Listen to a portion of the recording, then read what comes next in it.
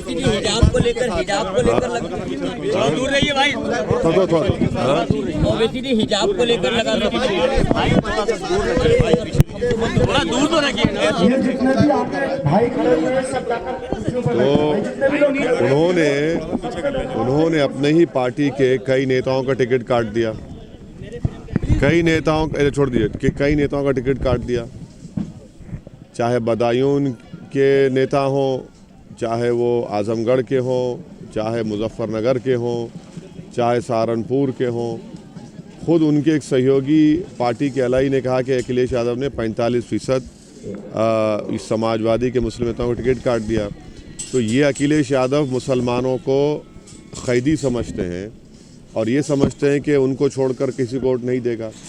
अखिलेश यादव मुसलमानों का एम्पावरमेंट नहीं करना चाहते। उनका जो वादा था 2012 में कि रिजर्वेशन देंगे, रिजर्वेशन नहीं दिया। शिक्षा के बारे में कुछ नहीं किया, मगर ई रिक्शा ज़रूर देंगे कि आप गरीबी में रहिए। तो इनके तमाम वादे झूठे हैं, ढकोसले हैं। इनको कोई एम्पावरमेंट से मतलब नहीं है, हिस्सेदारी से मतलब नहीं है। हम भागीदारी परिवर्तन मोर्चा में कह रहे हैं कि अगर सत्ता उत्तर प्रदेश जनता देती है तो एक डिप्टी सीएम मुसलमान को बनाएंगे, 2 अति पिछड़ा को बनाएंगे। बस बोलो अखिलेश, तुम बनाओगे? नहीं बनाओगे। तुम यही चाहते हो कि आपको सत्ता मिले और फिर आपका परिवारवाद चलता रहे। और जो बचे कुचे जो मुस्लिम नेता समाजवादी में, उनसे मैं कहना चाहूँगा आप रहें, आपका इख्तियार है। मगर अखिलेश यादव आपको जो लॉलीपॉप दे रहा है MLC का, वो भी पोस्टपोन हो गए अप्रैल में। अब अप्रैल में तुमको कौन याद रखेगा भैया? तुम्हारी अहमियत तो मार्च के 7वें फेज तक है। और रहा सवाल राज्यसभा का, वो तो सिर्फ प्रोफेसर को मिलेगा। तुम तो प्रोफेसर भी नहीं हो, तो इनको सोचना चाहिए। हिजाब को लेकर लगातार हंगामा बरप रहा है। क्या आपका सवाल क्या है? हिजाब को लेकर क्या सवाल है आपका? कर्नाटक में भी इस तरीके की चीजें। अरे भैया वो सही है, मगर आपका सवाल क्या है? हिजाब पहनना चाहिए, नहीं पहनना चाहिए आपकी तरफ से? क्या लड़कियों की आज़ादी नहीं होनी चाहिए कि वो अपनी मर्जी से रहें? उनको अगर मन आपको ये लग रहा है कि एक लड़की जो मोटरसाइकिल चलाकर घर से निकलकर अपने कॉलेज को आती है, BCom सेकेंड ईयर की, वो अपनी मर्जी से मोटरसाइकिल नहीं चला रही है? अब बताइए आप। बिल्कुल। अगर आप पिता हैं या मैं पिता हूं और मैं अगर मोटरसाइकिल दिला रहा हूं अपनी बेटी को जो सेकेंड ईयर ग्रेजुएशन में है, तो जाहिर है उसकी मर्जी उसमें शामिल है। और एक बात समझिए, आप लोग से मैं गुजारिश करूंगा कि सुप्रीम कोर्ट का जजमेंट है पुट्टुस्वामी का, जिसमें सुप्रीम कोर्ट ने साफ कह दिया कि भारत के संविधान में अब चॉइस एक फंडामेंटल राइट है। कोई किसी को मजबूर नहीं कर सकता कि कौन क्या पहने, कौन क्या खाए। संविधान कॉलेज या स्कूल में जाने से सस्पेंड नहीं होता। संविधान एक लिविंग डॉक्यूमेंट है और कर्नाटका की सरकार ने डेलिबरेटली इस मसले को उठाया क्योंकि वो पॉलिटिकली ग्राउंड लूज कर चुके हैं। कर्नाटका के मुख्यमंत्री ने अपने ही विधानसभा में म्युनिसिपल इलेक्शन हार चुके हैं और जो नोटिफिकेशन उन्होंने जारी किया वो भारत के संविधान के आर्टिकल 14, आर्टिकल 15, आर्टिकल 19 और 21 के ख़िलाफ़ हैं। और एक बात समझिए, केरला हाई कोर्ट का एक जजमेंट है जो कहता है कि मुस्लिम महिलाओं का जो ये हिजाब, निकाब और जो चादर है वो रिलीजन इस्लाम का एक बेसिक एसेंशियल फीचर है। तो जब essential features Kerala high court ने करार दे दिया तो आप इसको क्यों रोक रहे हैं? और प्रधानमंत्री का ये दावे झूठे साबित हुए। प्रधानमंत्री अगर पार्लियामेंट में लोकसभा राज्यसभा स्पीच दी, इस बारे में क्यों जिक्र नहीं किए? प्रधानमंत्री तो बोलते हैं बेटी बचाओ बेटी पढ़ाओ, तो जब बच्चियां पढ़ना चाह रही हैं, मुस्लिम बच्चियां हिजाब पहनकर, आप क्यों रोक रहे हैं उनको? और प्रधानमंत्री ट्रिपल तलाक की बात करते हैं वर्चुअल रैली में, इसकी बात करिए ना आप।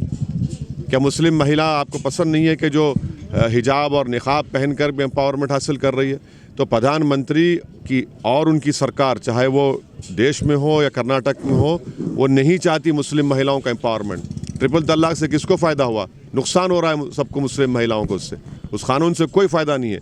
तो प्रधानमंत्री के तमाम दावे गलत हैं, झूठे हैं और प्रधानमंत्री सिर्फ जुमलेबाजी पर भरोसा करते। एक लफ्ज़ नहीं बोल सके कर्नाटका में जो एक बच्ची को घेर लिया गया, बच्चियों को रोका जा रहा है।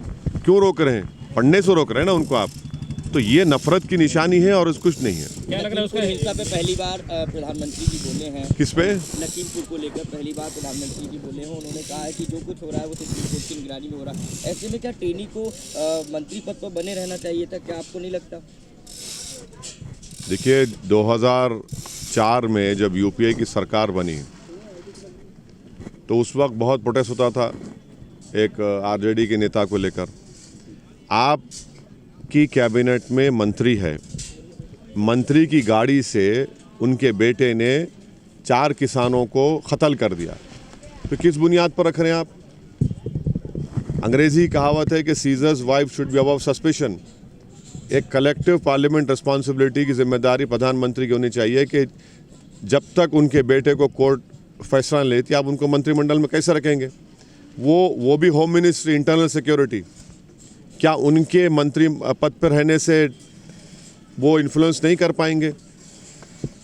कैसा? आप तो रखना नहीं चाहिए उनको। अगर प्रधानमंत्री ये तमाम बातें करते हैं, उनकी सरकार ये बातें करती है कि वो फलां क्रिमिनल, ये फलां, अरे भाई आप ही के पार्टी में बैठा है ना एक आदमी, आप उनको क्यों बचा रहे हैं? क्या लग रहा है ये जो हिजाब वाला विवाद है ये चुनाव में भी मुसलमान अखिलेश जी के साथ है? क्या लगता है आपको, या उत्तर प्रदेश में किसकी सरकार बनने जा रही, क्या लगता है? अभी हम उसका सवाल जवाब दे दिए ना, आपसे देख लिया आपने, रिकॉर्ड किया उसको। जो हिजाब वाला विवाद चल रहा है इसका चुनाव पे भी कोई असर पड़ेगा? क्योंकि यूपी में चुनाव चल रहे हैं, उसके कारण तो देखिए अगर आप किसी समाज को संविधान जो फंडामेंटल राइट देता है उससे महरूम कर रहे हैं तो वो गलत बात है ना।